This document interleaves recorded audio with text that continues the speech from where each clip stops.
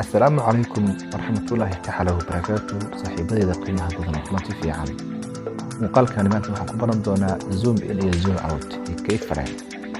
Mararka qaar waxaad u baahan kartaa inaad muuqaalka qaybtan soo dhaweyso, qaybtan iska fogeyso.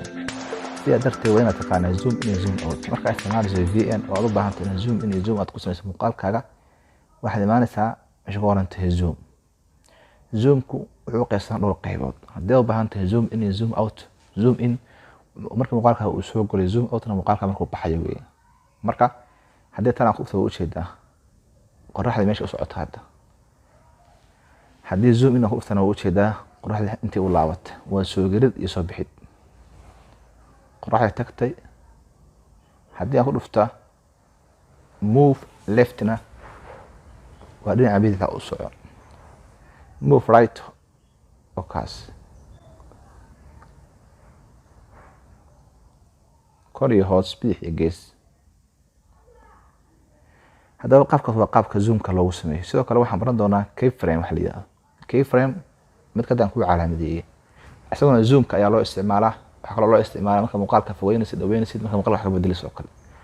Keyframe ka uu doonaya u jeedaa. Halkaan ayaa imaanaya qoraxda ayaan soo dhaweynayaa.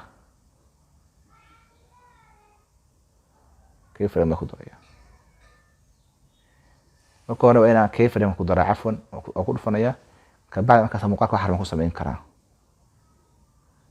Qoraxda u jeedaa.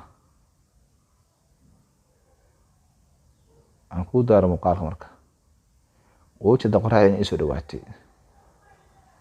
halkaan ku maraya hadana waxa uu daraa keyframe ku daraysa muuqaalka iskaga fogeeyo. waxaan leeyahay meeshiisa ku celi.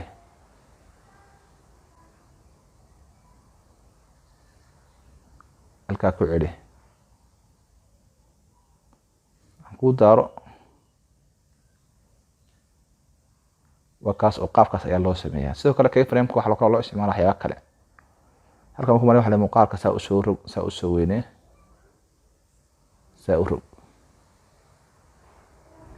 halkan markuu maray oo kale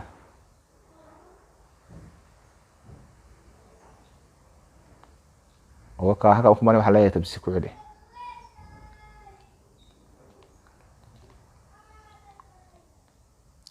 tabtiisi igu celi wala